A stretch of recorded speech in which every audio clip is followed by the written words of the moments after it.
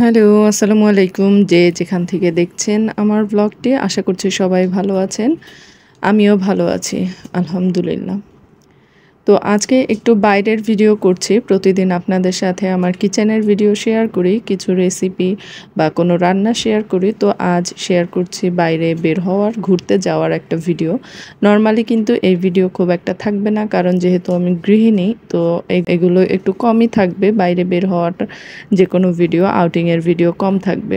ঈদের সময়ে বাইরে গিয়েছিলাম মেয়েকে নিয়ে ঘুরতে। আর ঢাকার মধ্যে এত সুন্দর একটা জায়গা, এত সুন্দর একটা পরিবেশ আপনাদের সাথে শেয়ার না করলে আসলে ভালো লাগছিল না।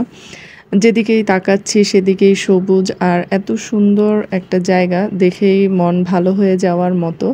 তো বলছিলাম দিয়াবাড়ির কথা।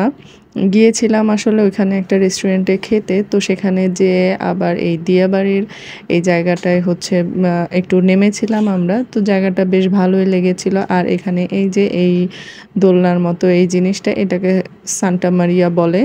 যাই হোক, আমার মেয়ের খুব পছন্দ হয়েছে, যার কারণে সে এটাতে উঠবে। আর এই যে মুখ গোমড়া করে সে দাঁড়িয়ে আছে তার বাবার সঙ্গে। আমি এই পাশ দিয়ে তাকে না করছিলাম যে ওঠা যাবে না বাবা, এটাই উঠলে কিন্তু তুমি ভয় পাবে, সাংঘাতিক পরিমাণ ডেঞ্জারাস। কারণ আমি একবার এটাই উঠিয়েছিলাম, আর উঠে গিয়েই আমি বুঝতে পেরেছি আসলে জিনিসটা কতখানি খারাপ।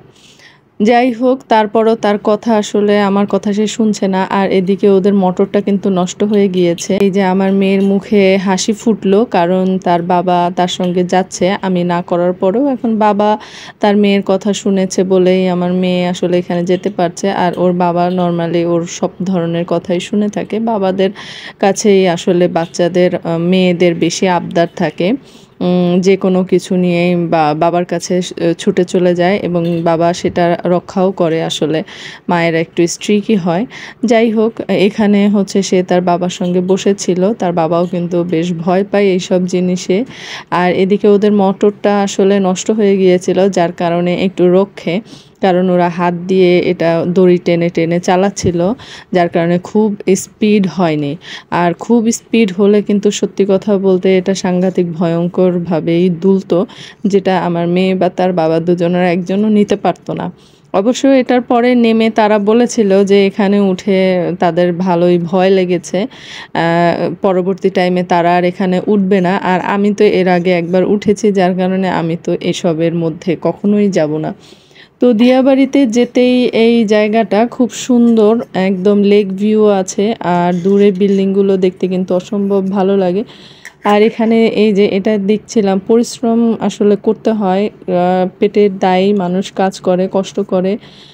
তো তাদের দড়ি টেনে তারপরে তাদের কাজগুলো করতে হয়েছে। আমার কাছে সত্যি একটু খারাপ লেগেছিল। যাই হোক, আর পরে একটু এইভাবে নৌকা চলছিল সেটাও দেখছিলাম, কিন্তু আমি বাবা ভয় পাই এসবে, যার কারণে আমি ওসবের ধারে কাছেও নাই। আর এই তো সব কিছু শেষ করেই হচ্ছে আমরা বাসায় যাওয়ার জন্য বের হয়েছে। আর নুসাইবা হচ্ছে আইসক্রিম খাবে, যদিও এটা ভালো না, তারপরও তাকে দিতে হলো। তো আজকের ব্লগটি এই পর্যন্তই ছিল। ভালো থাকবেন, দেখা হবে অন্য কোনো ব্লগে। আল্লাহ হাফেজ।